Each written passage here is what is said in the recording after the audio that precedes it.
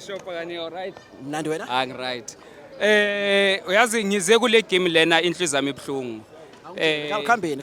Uyazi ngiza ibhlungu ngoba ngicabanga ukuthi masi South Africa mele masithi careful siyabambana. But sikhombise ukungabambani. First of all ngike ngabona ama players we Sundowns bathi mukoko. Ngabona ama players we Chiefs bathi show ukuthi asibambene masiyale.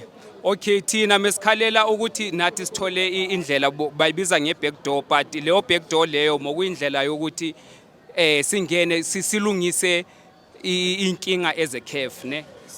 So ukuphazamisa while usase kundaba ye back door, let me ask, mawubhekile should Orlando Pirates should appeal a decision at the Court of Arbitration? Uyabona mina ngokwami I believe so. Because le abayenze ilento case against Pirates, I don't understand.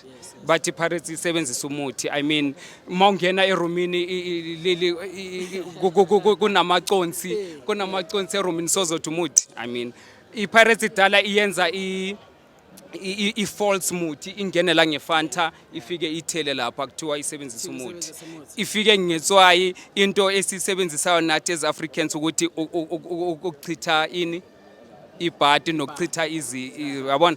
Yes, but then ukuqhubeka phambili into mengisho ukuthi kunzima ukuthi masiya phambili eCAF South Africa isazocindezelwa. As much as iPirates iphumile khona abanye abasele isazocindezelwa le mesifuna kube isifundo iexample yokuthi iFIFA or iFIFA and CAF bayamela into wrong but it didn't go that well.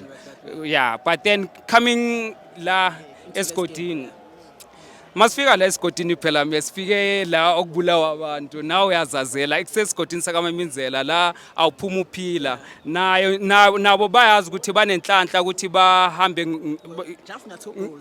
uyazini phela kube sishota nge3 goals ukuthi sihlale ku number 1 mina mangiza lami ngizitshela ukuthi soyishalo 5 goals sihlale ku number 1 but credit goes to icoach yabo ikwazile ukuthi ivale iPirates engabanikeza amathuba ukuthi bashaye. Yes, ngalelo block, yes. Ubonile la lo block bayivalile but anyways I believe ukuthi iPirates going forward siya number 1. I mean we are 1 game behind, we are 3 goals behind. Next game we must win 3-0 siku number 1. Number 1. Abanye bakuphi bale mababuya la bazobuya bakhathelela obvious. Okay. They won't catch up. So ngicela ungitshele mfethu, so looking at today's game, if you were given the authority of choosing a man of the match, ungayinika bani? Okay. iPirates idlale yonke kahle idlale yonke from back, middle, front. Yikho ukuthi asitholanga lama goals that we deserved. But sesinganikeza uHoto.